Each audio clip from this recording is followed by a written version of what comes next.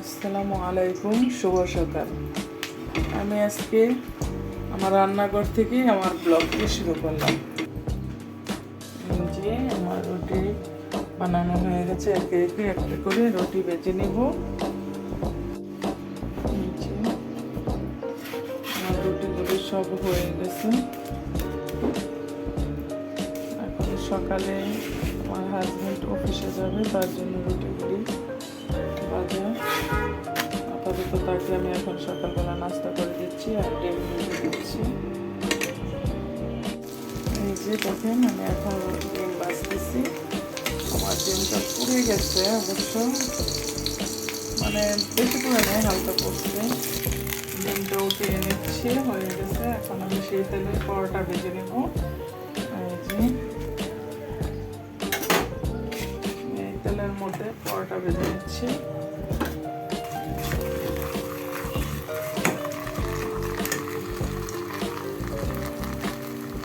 আমার ছেলে তেলে সে পরোটা খেতে পছন্দ করে, তাই ডিমের তেলে আমি পরোটাটা ভেজে দিচ্ছি আওয়াজ তেলের জন্য।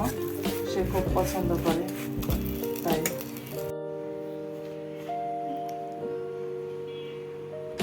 এই যে সকালে উঠে তাকে বলছি যে স্কুল ড্রেস পরার জন্য, সে স্কুল ড্রেস পরে বসে আছে রেডি হয়ে। আর কাপড়গুলি খুলে ওই যে সুপার উপরে আয়রন করছে। এই অবস্থা ঘরের, এলোমেলো। এই যে নাস্তা রেডি ছেলের জন্য। এই যে দেখেন আমার ছেলে কি করতেছে, স্কুলে যাবে এখন, সে কম্পিউটার নিয়ে ব্যস্ত। এটা ঠিক করে সারবে, এটা ঠিক করে তারপরে এখান থেকে যাবে। এই দেখেন, সালাম দাও। এই যে ছেলে যাচ্ছে রিক্সার জন্য। রিক্সা সকালে পাওয়া যায় না, কারণ সবাই রিক্সা দিয়ে মানে অফিস আদালতে চলে যায়, স্কুলে চলে যায়, জন্য সকালে দেখা যায় রিক্সা পাওয়া যায় না। এই যে একটা রিক্সা পেয়ে গেছি, এখন আমরা যাব।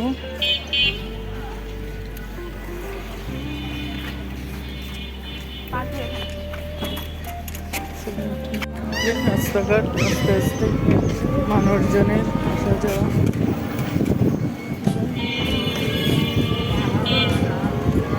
সবজি নিয়ে বসছে।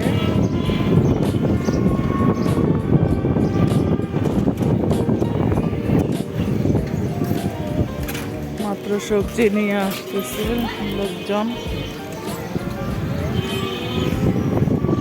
ছেলেকে স্কুলে দিয়ে কিছু মাছ নিয়ে আসলাম। ছেলের আজকে পরীক্ষা, স্কুলে দিয়ে আসলাম আর মাছ কিনে নিয়ে আসলাম। অল্প করে মাছ নিয়ে আসছি, কারণ এই মাছটা আমি কখনো খাইনি।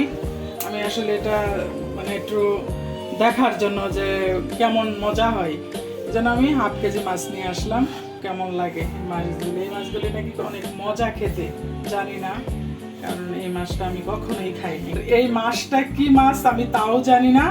আপনারা যদি কেউ চিনে থাকেন অবশ্যই আমাকে কমেন্টসে জানাবেন। লাউ শাক আমাদের বাসায় সবাই পছন্দ করে, এই জন্য আমি লাউ শাকটাই বেশি আনি আমার বাসায়। ভালো করে ধুয়ে নিচ্ছি। মাছটা আমি কেটে নেব এখন ভালো করে। এই যে মাছটা আমি কেটে নিচ্ছি। মাছটা কেমন জানি ধারালো আমি চিনা। মাছের মধ্যে অনেক পরিমাণে কাঁটা, দেখেন কত পরিমাণে কাঁটা, অনেক পরিমাণে কাঁটা। এটা আমি ভাবতেছি টমেটো, আলু আর সাথে সিমও দিব। মানে খেতে কেমন লাগবে জানি না, এই তরকারি কি এটার সাথে মানে যাবে কিনা। এই যে দেখতে পাচ্ছেন একটা অ্যাম্বুলেন্স আসছে। আমাদের সামনের বিল্ডিংয়ে একটা মহিলা মারা গেছে হঠাৎ করে, মানে হাসপাতালে অসুস্থ হয়ে গেছিল। হাসপাতালে নেওয়ার পর মানে মৃত্যু ঘোষণা করছে যে সে মারা গেছে। এখন বাসায় নিয়ে আসলো এই মাত্র। মানুষের মৃত্যু আসলে বলে আসে না, এটাই মানুষ মরণশীল, একভাবেই আমরা চলে যাব। এই যে লাউ শাক ভাজি করবো দুপুরে আজকে। লাউ শাক আর মাছ, মাছই করে রাখছি। যে মাছটা আপনাদেরকে দেখাইছিলাম সেই মাছটাকে আমি টসে ভালো করে পরিষ্কার করে নিয়েছি। এটা আরও ভালো করে ধুইতে হবে। এখন আপাতত লবণ দিয়ে রেখে দিয়েছি। আর এই যে শাক রান্নার জন্য রসুন আর পেঁয়াজ দেওয়া হয়েছে।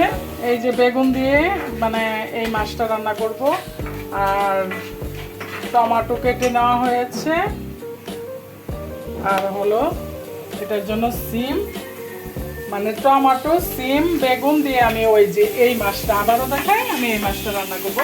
জানি না মাছটা খেতে কেমন লাগবে। এই যে মাছটা ভাজা হয়ে গেছে, আমি একে একে সবগুলি মাছ ভেজে নিচ্ছি।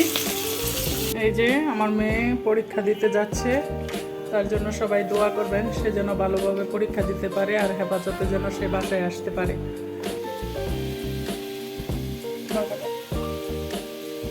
হলুদের গুঁড়া দিচ্ছি, মাছ রান্না করবো মাছের জন্য। মরিচের গুঁড়া 3 চামচের মতো, মানে এটা হচ্ছে হাফ চামচের অর্ধেক চামচ, এটা দিয়ে 3 চামচের মতো দিচ্ছি, কারণ আমাদের বাসায় জালটা একটু খুব কমই খাই, বেশি জাল খাই না, কাঁচামরিচের জাল আছে এই জন্য।